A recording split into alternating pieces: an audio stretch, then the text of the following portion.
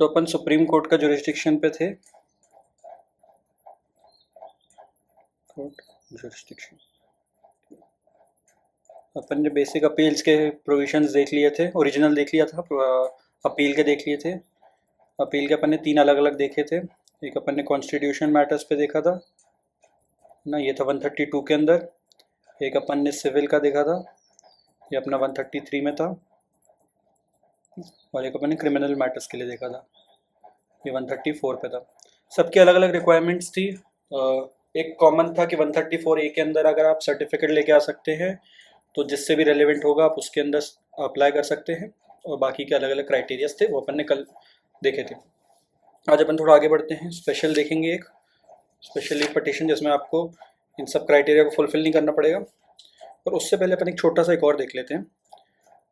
Article 135 जो है इसमें बताया है अगर फेडरल कोर्ट की जुरिस्डिक्शन होती किसी अपील पे तो वो कमेंसमेंट के बाद किस पे आएगी, वो आएगी सुप्रीम कोर्ट पे, क्योंकि अपन ने पहले भी डिस्कस किया है कि सुप्रीम कोर्ट आया था 28 जनवरी 1950 को कॉन्स्टिट्यूशन के अंदर, है ना। यहाँ पे इस दिन इस्टेब्लिश हुआ था, इस दिन इनॉग्रेट हुआ था, और उससे पहले था अपने यहाँ फेडरल कोर्ट था जो गवर्नमेंट ऑफ इंडिया एक्ट से था, तो उसकी जगह ली थी सुप्रीम कोर्ट ने। तो आर्टिकल 135 यही बता रहा है कि जो भी मैटर्स हैं जो पहले कवर नहीं हो पा रहे, 133 में या फिर 134 में कवर नहीं हो पा रहे हैं।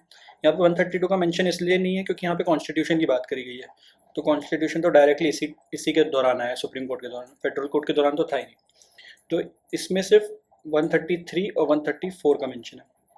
तो आर्टिकल 135 बता रहा है कि अगर कोई केस जो 133 या 134 में नहीं आ रहा और वो ऐसा अपील का मैटर है जिसमें जो जुरिस्डिक्शन बैठ रही है वो किसकी बैठती, वो अगर फेडरल कोर्ट होता उस समय तो फेडरल कोर्ट की बनती, तो ऐसी अपीलेट जुरिस्डिक्शन डायरेक्टली शिफ्ट हो जाएगी सुप्रीम कोर्ट के पास। ये एक रेजिडोरी तरह से प्रोविजन दिया गया है सुप्रीम कोर्ट के लिए, ठीक है ना। तो छोटा सा है 135। अब आते हैं अपन 136 पे। ये बात करता है स्पेशल लीव टू अपील।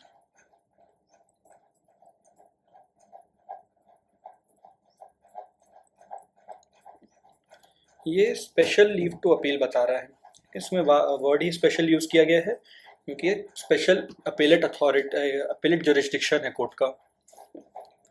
इसकी शुरुआत ही जो होती है क्लॉज 1 की जो है, इसमें क्लॉज 1 की शुरुआत होती है एक नॉन ऑब्स्टेंट क्लॉज से।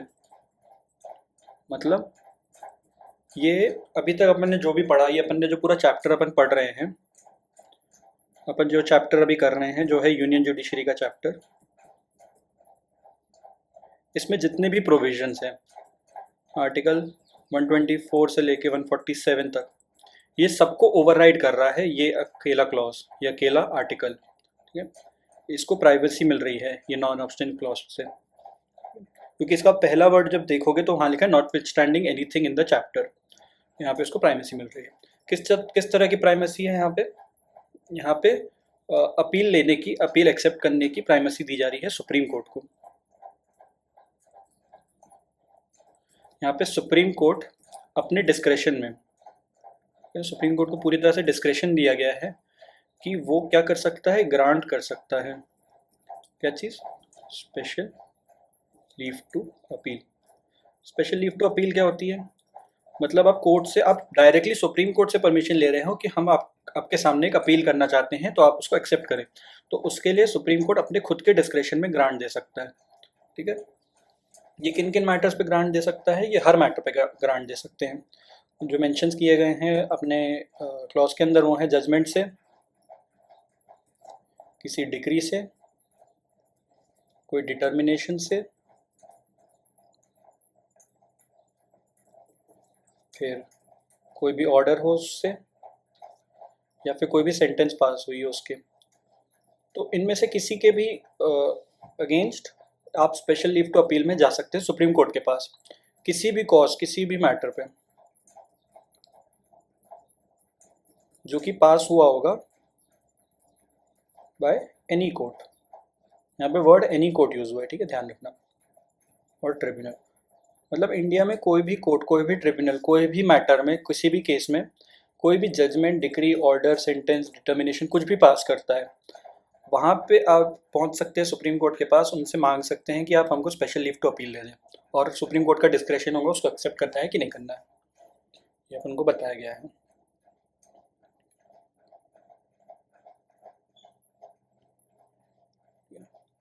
बट इसका एक एक्सेप्शन है, इसका एक एक्सेप्शन दिया हुआ है क्लॉज 2 के अंदर। क्लॉज 2 में बताया है कि अगर यहाँ पे जो कोर्ट है, जो एनी कोर्ट यूज़ हुआ है या कोई ट्रिब्यूनल है, अगर वो बना है, कॉन्स्टिट्यूट हुआ है बाय और अंडर एनी लॉ, किसी ऐसे लॉ से जो गवर्न कर रहा है, जो रिलेट है किससे, आर्म्ड फोर्सेस से। तो आर्म्ड फोर्सेस के लॉज जो होते हैं उनसे जो भी कोर्ट या ट्रिब्यूनल बनता है उन पे स्पेशल लीव टू अपील का प्रोविजन नहीं लगेगा, ये अपन को क्लॉज 2 डिक्लेयर कर रहा है। छोटा सा एक्सेप्शन है यहाँ पे।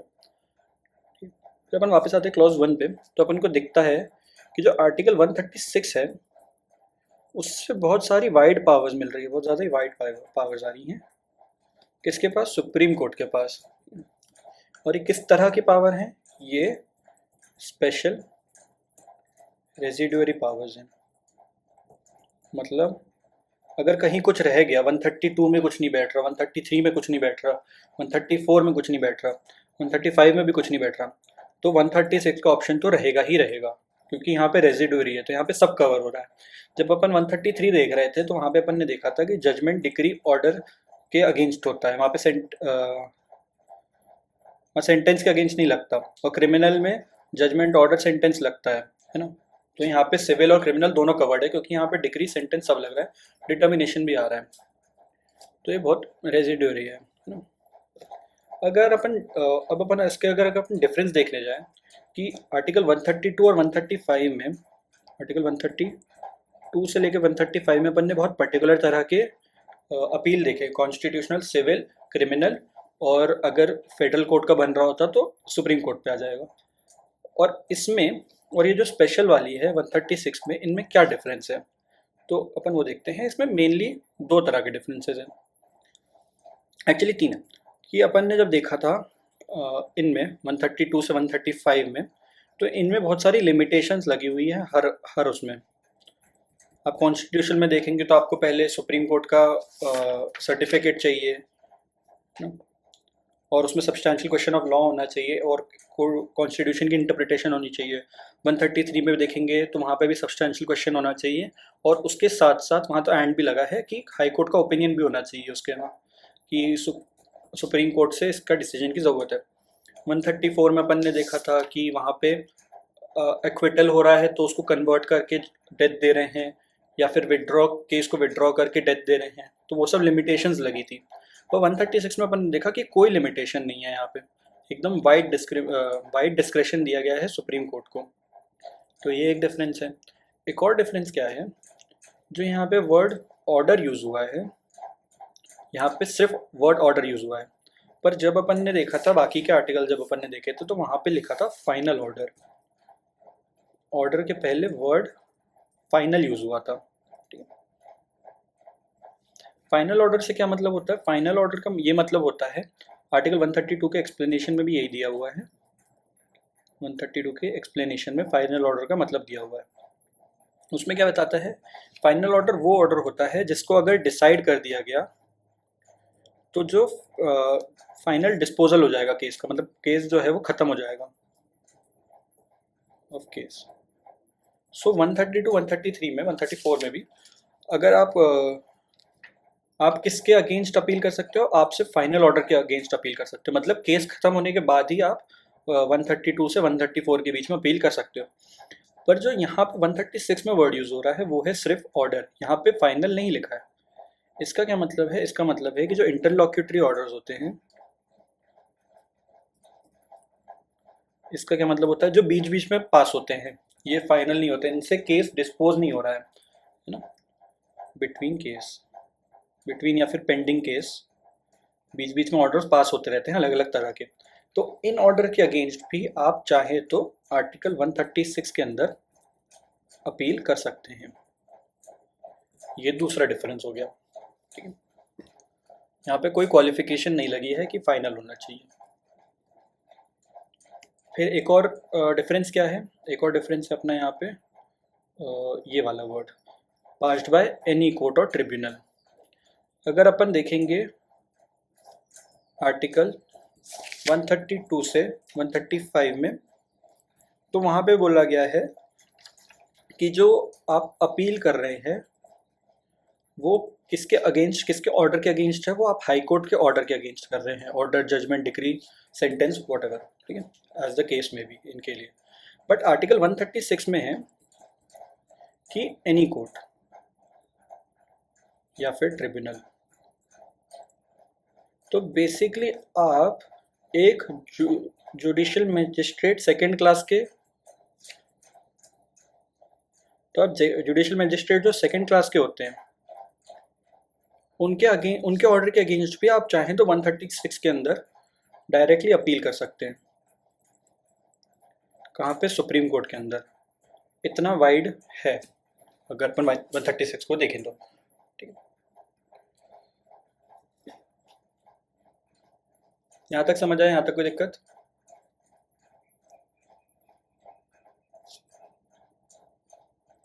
हेलो, ठीक है। तो इससे अपन को समझ आ रहा है कि 136 बहुत वाइड है। एक तो वाइड तो है ही, इसके साथ साथ ये ओवरराइडिंग भी है। मतलब इस पूरे चैप्टर में अपन ने जितने भी प्रोविजन देखे हैं वो इस पे नहीं लगेंगे, ये उन सब के ऊपर आएगा। तो अगर इतना वाइड है, इतना ओवरराइडिंग है ना, स्पेशल पावर है बहुत, तो इसको जो एक्सरसाइज होगा इस पावर का, exercise of this power, article 136 की पावर का, उसका जो एक्सरसाइज होना चाहिए वो बहुत स्पारिंगली होना चाहिए, मतलब बहुत रेयर केसेस में होना चाहिए। आप ऐसे ही नहीं, हवा में नहीं कर सकते इसका यूज़, आपको कॉशन मेंटेन करके रखना है ना। और जो बहुत स्पेशल सर्कमस्टांसेस होती हैं, जो एक्स्ट्राऑर्डिनरी सर्कमस्टांसेस होती हैं, तभी करना है। क्योंकि जितना हो सके आपको नॉर्मल प्रोसीजर फॉलो करना है। अगर आपका कोई सबॉर्डिनेट कोर्ट है, वहाँ से आपको अपील करनी है, तो आप पहले जाएंगे उसके अब ऊपर जो भी कोर्ट होगा, आप डायरेक्टली सुप्रीम कोर्ट नहीं जाएंगे। बट अगर ज़रूरत पड़ रही है तो आप जा सकते हैं, यहाँ पे ऑप्शन दिया गया है आपको आर्टिकल 136 के अंदर, ठीक है। आर्टिकल 136 में आपको मिल रहा है, ऑप्शन है लीव टू अपील फाइल करना है यहाँ पे। मतलब आप सुप्रीम कोर्ट के सामने अपना केस प्रेजेंट करेंगे कि मेरे को अपील फाइल करनी दी जाए। यहाँ पे आप डायरेक्टली अपील नहीं फाइल कर रहे हैं, आप यहाँ पे रिक्वेस्ट फाइल कर रहे हैं एक तरह से। और यहाँ पे कोर्ट को पावर है कि वो ऐसी अपील को ग्रांट कर सकता है कि हाँ आप अपील फाइल कर सकते हैं।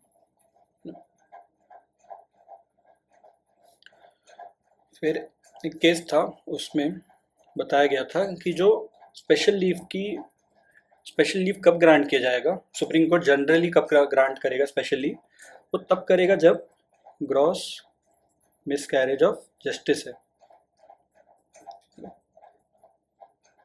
जस्टिस का मिसकैरेज हो रहा है वो ग्रॉस लेवल पे है, ठीक, बहुत बड़ा हो रहा है, या फिर अगर लीगल प्रोसीजर से डिपार्ट किया गया है। जैसे फॉर एग्जांपल जो नेचुरल जस्टिस के जितने प्रिंसिपल्स होते हैं उनका वायलेशन हो रहा है, तो वैसे केसेस में किया जा सकता है, एसएलपी को अलाउ किया जा सकता है, ठीक।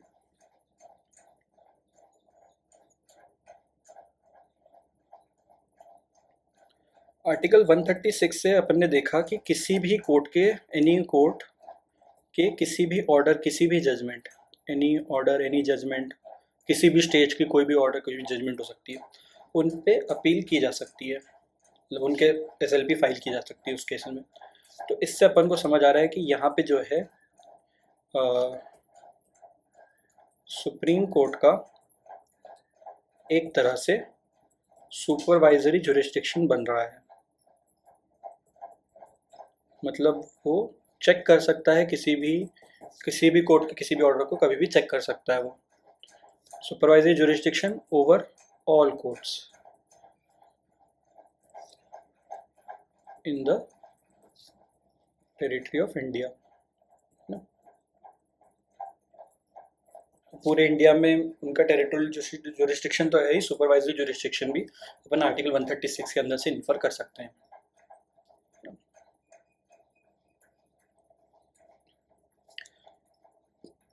फिर अपन ने देखा एक आखिरी चीज़ 136 के अंदर कि 136 में अपन को सुप्रीम कोर्ट ग्रांट कर रहा है leave to appeal.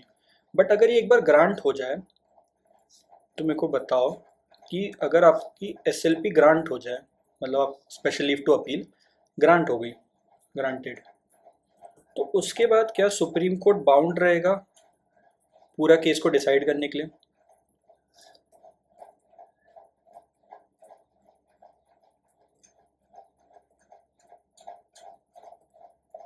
Decide the case, SLP can be dismissed, yes. ठीक है, तो यहाँ पे सिर्फ आपको परमिशन मिल रही है कि आप अपील फाइल कर लीजिए, पर उसके बाद वो चाहे तो उनको लग रहा है कि इसकी ज़रूरत नहीं है तो उसको बीच में भी डिसमिस किया जा सकता है किसी भी पॉइंट पे। यहाँ पे भी उनका फुल डिस्क्रेशन होता है सुप्रीम कोर्ट का। ठीक है,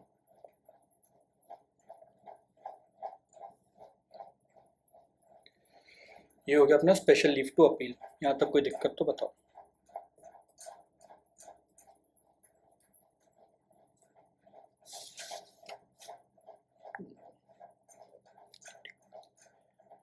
फिर अपन आते हैं आगे आर्टिकल 137। ये अपन को दे रहा है रिव्यू के लिए, रिव्यू की पावर दे रहा है सुप्रीम कोर्ट को। और वो किसको रिव्यू करेंगे इसके अंदर? 137 के अंदर जो रिव्यू हो रहा है वो सुप्रीम कोर्ट की ही जजमेंट का रिव्यू हो रहा है। Supreme court shall have the power लिखा है, the power to review any judgment या फिर ऑर्डर मेड बाय इट। तो वो कोई भी जजमेंट या ऑर्डर उनने पास किया हो वो खुद से उसको रिव्यू कर सकते हैं, ऐसा पावर 135 में दिया है। बट ये सब्जेक्ट टू किसका रहेगा? एब्सोल्यूट तो कुछ नहीं होता, ये भी सब्जेक्ट टू रहेगा, लिमिटेड रहेगा किससे? सब्जेक्ट टू एनी लॉ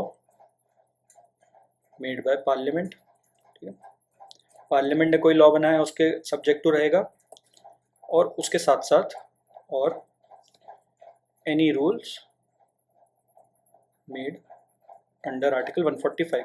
145 में सुप्रीम कोर्ट के पास पावर होती है खुद के प्रोसीजर के लिए रूल्स बनाने की, है ना। तो उसके अकॉर्डिंग्स में किसी भी जजमेंट, किसी भी ऑर्डर को सुप्रीम कोर्ट रिव्यू कर सकता है। 137 में पावर दी गई।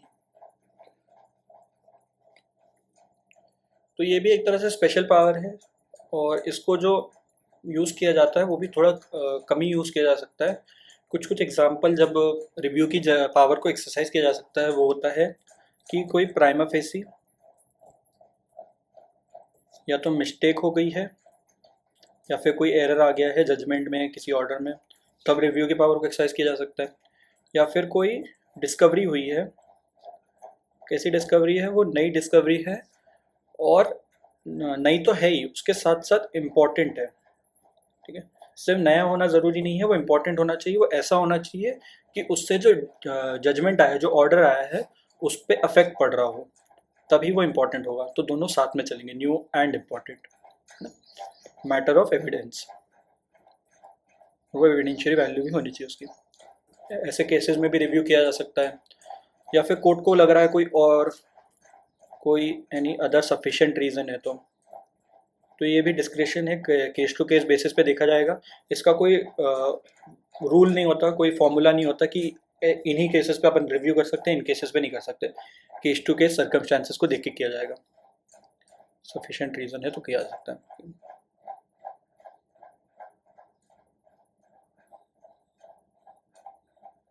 एक केस है रूपा अशोक हुरा वर्सेस अशोक हुरा का। इसमें इनने कुछ कंडीशंस दी थी, 2002 का केस है ये। इसमें कुछ गाइडलाइंस कुछ दी थी, ये PDF में है, ये तुम लोग एक बार पढ़ के देख लेना, सिंपल है।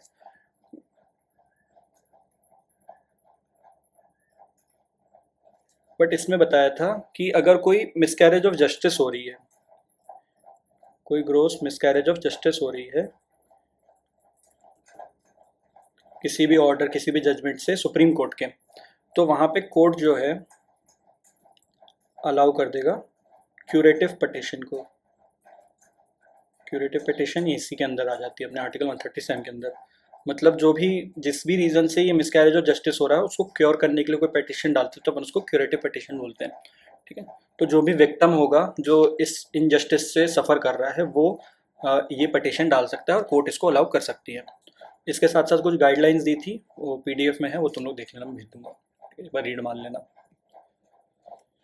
फिर आते हैं अपन आर्टिकल 138 के अंदर। ये अपन ने तरह तरह के ज्यूरिस्डिक्शन देख लिए। ओरिजिनल हो गया, अपेलेट हो गया, अपेलेट के बहुत सारे तरीके देख लिए अपन ने। फिर रिव्यू ज्यूरिस्डिक्शन हो गया। अब अपन देखते हैं कि इसको बढ़ाया कैसे जा सकता है। ज्यूरिस्डिक्शन को ही इनलार्ज करने की बात हो रही है यहाँ पे, ठीक है। तो यहाँ पे अपन क्लॉज 1 देखेंगे, तो यहाँ पे पार्लियामेंट को पावर दी गई है।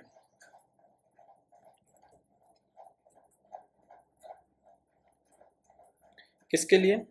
कि वो कन्फर कर सकता है, मतलब सुप्रीम कोर्ट के ऊपर डाल सकता है एडिशनल ज्यूरिस्डिक्शन। एडिशनल ज्यूरिस्डिक्शन भी डाल सकता है और उसके साथ साथ पावर्स भी डाल सकता है, एंड पावर्स।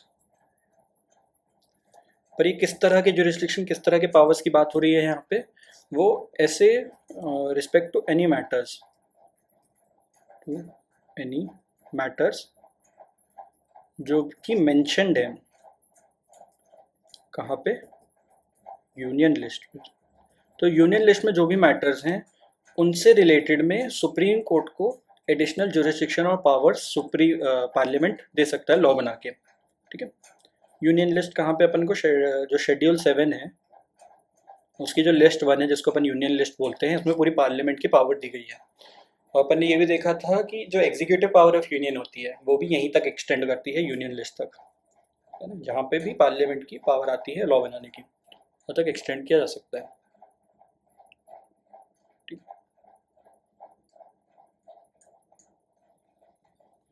इसके साथ साथ यहाँ तो पार्लियामेंट पावर दे रहा है ना।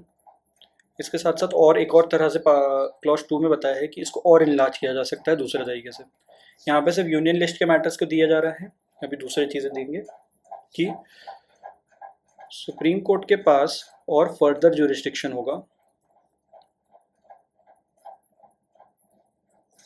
किन मैटर्स पे? मैटर जिस पे जो गवर्नमेंट ऑफ इंडिया है और उसके साथ जो गवर्नमेंट ऑफ कोई भी स्टेट है, एनी स्टेट हो सकती है, ठीक है। या तो वो लोग स्पेशल एग्रीमेंट से, तो यूनियन और स्टेट एग्जीक्यूटिव और यूनियन आपस में स्पेशल एग्रीमेंट करके कोई भी ज्यूरिस्डिक्शन जो है वो सुप्रीम कोर्ट पे डाल दे। वो सुप्रीम कोर्ट पे डाल सकते हैं, पर इसको एक्सरसाइज करने के लिए जो है पार्लियामेंट को अप्रूव करना पड़ेगा। पार्लियामेंट को लॉ बना के तरीका बताना पड़ेगा कि इसको जो ज्यूरिस्डिक्शन स्पेशल एग्रीमेंट से मिल रहा है उसका एक्सरसाइज कैसे होगा, ऑफ ज्यूरिस्डिक्शन और पावर्स दोनों, ठीक है। तो अग्रीमेंट तो गवर्नमेंट्स कर सकती है, पर उसका अप्रूवल बेसिकली पार्लियामेंट से ही आएगा लॉ बना के, क्योंकि वो तरीका बताएंगे कैसे करना है। एंड पावर्स, यहाँ से ये लोग स्पेशल एग्रीमेंट से दे रहे हैं इनको ज्यूरिस्डिक्शन। अपन ने पहले एक बार पढ़ा था जब अपन आर्टिकल 131 देख रहे थे, तो वहाँ पे अपन ने प्रोवाइजो में देखा था कि कोई एग्रीमेंट के द्वारा पार्लियामेंट, अगर कोई गवर्नमेंट ऑफ इंडिया या फिर स्टेट के बीच में वो लोग एग्रीमेंट करके इनका ज्यूरिस्डिक्शन छीन भी सकते हैं। तो दोनों तरह से बताया गया यहाँ पे।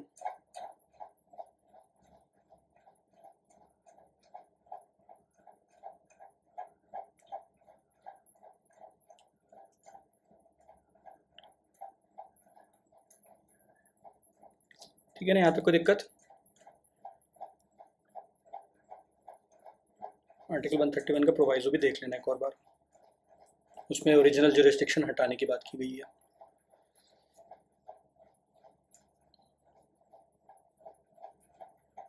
फिर अपन आते हैं और अपन थोड़ा सा और ज्यूरिस्डिक्शन बढ़ाते हैं कि कोर्ट का और ज्यूरिस्डिक्शन कैसे बढ़ सकता है, एक्चुअली पावर्स कैसे बढ़ सकती है। यहाँ पे अपन पावर्स देखेंगे कैसे बढ़ सकती है। उसमें आते हैं अपन आर्टिकल 139 पे।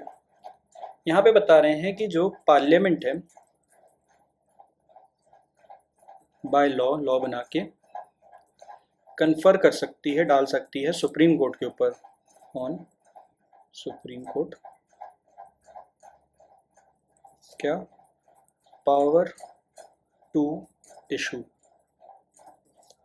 क्या यहाँ पे क्या इशू करने की पावर दी डाल सकता है पार्लियामेंट, बाय लॉ बना के डाल सकता है, ज़रूरी नहीं डाले, एनी रेट। अपन ने जितनी रेट्स पढ़ी थी, हेबस कॉर्पस, मैंडेबस, प्रोहिबिशन, क्वो वारंटो, सर्चरी, इनमें से कोई भी रेट, ऑर्डर, डायरेक्शन, जो भी अपन ने आर्टिकल 32 के अंदर पढ़ा, वो सब, या फिर तो यहाँ पे इंक्लूडिंग वर्ड यूज़ है, तो इन पांचों के अलावा जो 5 रेट्स अपन पढ़ते हैं, इनके अलावा और भी हो सकती हैं। तो ये सब इशू करने की पावर सुप्रीम कोर्ट पे डाल सकता है, किस पर्पस के लिए, for any purpose which is other than, ये ध्यान रखना, other than clause 2 of article 32। तो आर्टिकल 32 के क्लॉज 2 में जो जो पर्पस दिया गया है, उनके अलावा जो भी मैटर्स हैं, उन सब के लिए भी वो इशू कर सकते हैं डायरेक्शन, कोई भी ऑर्डर, कोई भी रेट और ऑर्डर और रेट, ठीक। तो आर्टिकल 32 क्लॉज 2 के अंदर क्या पर्पस दिया गया है अपन को, वहाँ पे एक ही पर्पस दिया गया है, इन्फोर्समेंट ऑफ फंडामेंटल राइट्स। तो आर्टिकल 32 के अंदर तो आप इन्फोर्स करवा सकते हो कोई भी फंडामेंटल राइट्स को, पर पार्लियामेंट अगर चाहे लॉ बना के वो किसी दूसरे पर्पस के लिए भी दे सकता है। तो बेसिकली अगर ये एक्सरसाइज हो गई पावर जो आर्टिकल 139 के अपन को दिख रही है, तो जो हाई कोर्ट की पावर होती है 226 के अंदर, जिसको अपन बोलते हैं कि वो ज़्यादा वाइड है क्योंकि वो अदर पर्पसेस के लिए भी है, तो वो इन एसेंस इक्वल हो जाएगी हाई कोर्ट की पावर की। ये समझ आया?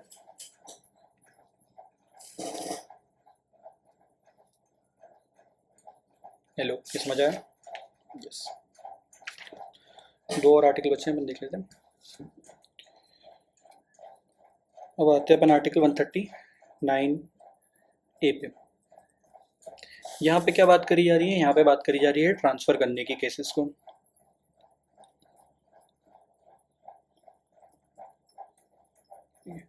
ट्रांसफ़र कहाँ से होंगे, ये ट्रांसफ़र होंगे किसी भी हाई कोर्ट से जनरली, ठीक है। यहाँ ये जो अपना आर्टिकल 139 ए है, ये इंसर्ट हुआ था, उनको नीचे लिख लेते हैं, आर्टिकल 139 ए, ये इंसर्ट हुआ था 42nd अमेंडमेंट से, बट इसको सब्सटीट्यूट कर दिया गया था 44th अमेंडमेंट से। चेंज इंपॉर्टेंट नहीं है, बट ये देख लो, ये है। तो प्रोसेस क्या है ट्रांसफ़र करने के लिए, अगर किसी भी केस को कहीं ट्रांसफ़र करना है तो उसके कंडीशंस और सब यहीं बताए गए हैं, कब ट्रांसफ़र कर सकते हैं। तो क्लॉज 1 में बता रहा है स्टार्ट कैसे होगा, कोई एप्लीकेशन आएगी सुप्रीम कोर्ट के सामने, एक एप्लीकेशन पेश करी जाएगी। एप्लीकेशन कौन दे सकता है, या तो जो अपने अटॉर्नी जनरल ऑफ इंडिया होते हैं, अटॉर्नी जनरल ऑफ इंडिया एक एप्लीकेशन दे सकते हैं, या फिर कोई भी पार्टी जो केस से रिलेटेड है, पार्टी टू द केस, या तो उनकी एप्लीकेशन पे, या फिर सुप्रीम कोर्ट जो है वो सू मोटो भी कर सकता है, मतलब खुद से भी कॉग्निजेंस ले सकता है इन सब मैटर का, खुद से भी ट्रांसफ़र कर सकता है किसी भी केस को। किन तरह के केसेस को, अगर सुप्रीम कोर्ट सेटिस्फाइड है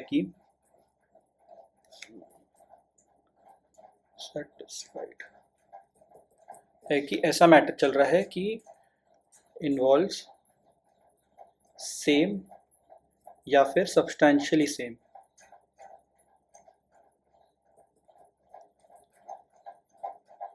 क्वेश्चन ऑफ लॉ। एक तो ये है कि कहीं पे सेम या फिर substantially same question of law पे कोई भी केस, कोई भी मैटर चल रहा है, और इसके साथ साथ ये जो मैटर है वो पेंडिंग है। कहाँ पे पेंडिंग है, या तो वो सुप्रीम कोर्ट और एक या ज़्यादा हाई कोर्ट्स में पेंडिंग है, ठीक है, मतलब सुप्रीम कोर्ट में भी पेंडिंग है और कहीं किसी दूसरे हाई कोर्ट में भी पेंडिंग है, या फिर और 2 और मोर हाई कोर्ट्स में पेंडिंग है, मतलब अलग अलग हाई कोर्ट्स में पेंडिंग है एक साथ। और वो कैसा क्वेश्चन है, क्वेश्चन ऑफ लॉ है और वो मोर और लेस सेम है हर जगह। तो ऐसा अगर लग रहा है कोर्ट को, सुप्रीम कोर्ट को, तो या तो वो अटर्नी जनरल अप्लाई करेंगे, या तो कोई पार्टी अप्लाई करेगी, या तो सुप्रीम कोर्ट खुद से भी कर सकता है। क्या कर सकते हैं, वो किसी भी केस को विड्रॉ कर सकते हैं, मतलब अपने पास बुला लेंगे उस केस को और उसको डिस्पोज कर सकते हैं, मतलब वो पूरा हियरिंग वगैरह पूरा प्रोसेस कर सकते हैं देमसेल्स। ठीक है, वो खुद से विड्रॉ करके खुद से सुन लेंगे, पूरे केस को डिस्पोज ऑफ कर देंगे। फिर अगर सुप्रीम कोर्ट चाहे तो यहाँ पे एक प्रोवाइजो दिया हुआ है कि प्रोवाइडेड, जब कोर्ट ने उसको विड्रॉ कर लिया उसके बाद डिस्पोज कर लिया, तो अगर वो चाहे तो वो कॉपी ऑफ जजमेंट जो है वो उस रेलेवेंट हाई कोर्ट में जहाँ पे भी केस चल रहा होगा वहाँ पे रेलेवेंट हाई कोर्ट में भेज देंगे उस कॉपी ऑफ जजमेंट को। तो हाई कोर्ट को क्या हो जाएगा, वहाँ पे उनकी ड्यूटी हो जाएगी कि वो अकॉर्डेंस में जो भी जजमेंट आई होगी उसके अकॉर्डेंस में उस केस को डिस्पोज ऑफ कर सकते हैं। ये प्रोवाइजो में दिया हुआ है।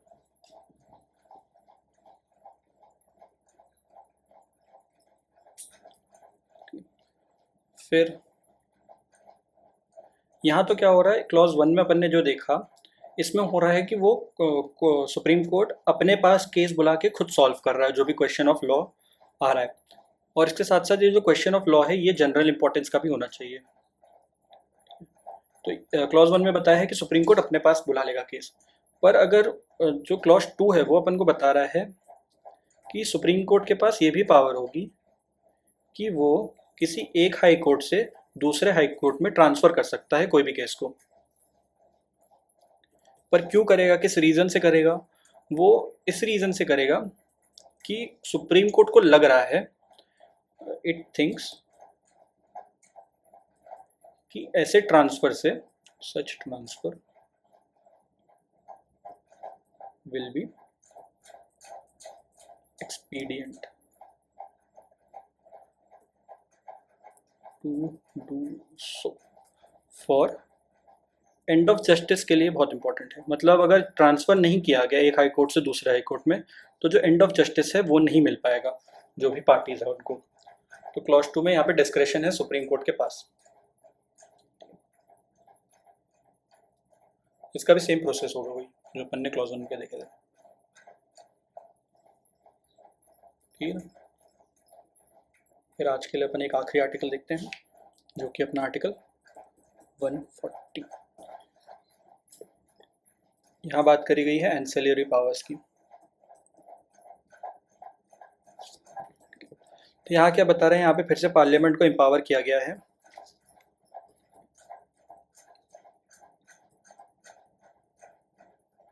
किस लिए, फिर से यहाँ पे कन्फर कर रहा है सुप्रीम कोर्ट पे, for on supreme court supplementary powers की बात की गई यहाँ पे।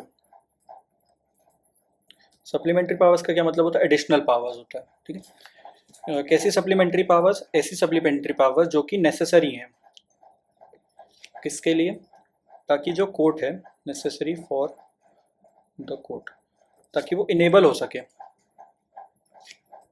कोर्ट को इनेबल करने के लिए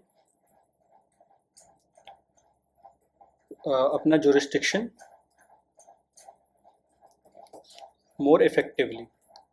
तो उनका जो ऑलरेडी एग्जिस्टिंग जुरिस्डिक्शन है या फिर जो भी बढ़ाया हुआ जुरिस्डिक्शन है किसी भी आर्टिकल में, जैसे 138 में अपन ने इनलार्जमेंट ऑफ जुरिस्डिक्शन देखा, तो वो उस जुरिस्डिक्शन को इफेक्टिवली एक्सरसाइज कर पाए वो उसके लिए नेसेसरी हैं ऐसी पावर्स जो हैं वो पार्लियामेंट लॉ बना के सुप्रीम कोर्ट में डाल सकता है। ये 140 अपन को बता रहा है, बट ये भी सब्जेक्टिव रहेगा क्योंकि नथिंग इज एब्सोल्यूट। तो ये जो पावर्स होंगी वो इनकंसिस्टेंट नहीं होना चाहिए। किससे इनकंसिस्टेंट, कॉन्स्टिट्यूशन के, ये तो ऑब्वियस सी बात है, बट ये बताया गया है, इसके साथ साथ लिखा हुआ है not inconsistent to the constitution. तो वहाँ पे वो कोई ऐसी पावर्स नहीं दे सकता जो कोर्ट के लिए कॉन्स्टिट्यूशन के अगेंस्ट होगा, ऐसी कोई पावर्स पार्लियामेंट नहीं दे सकता। तो यहाँ तक कोई दिक्कत किसी को?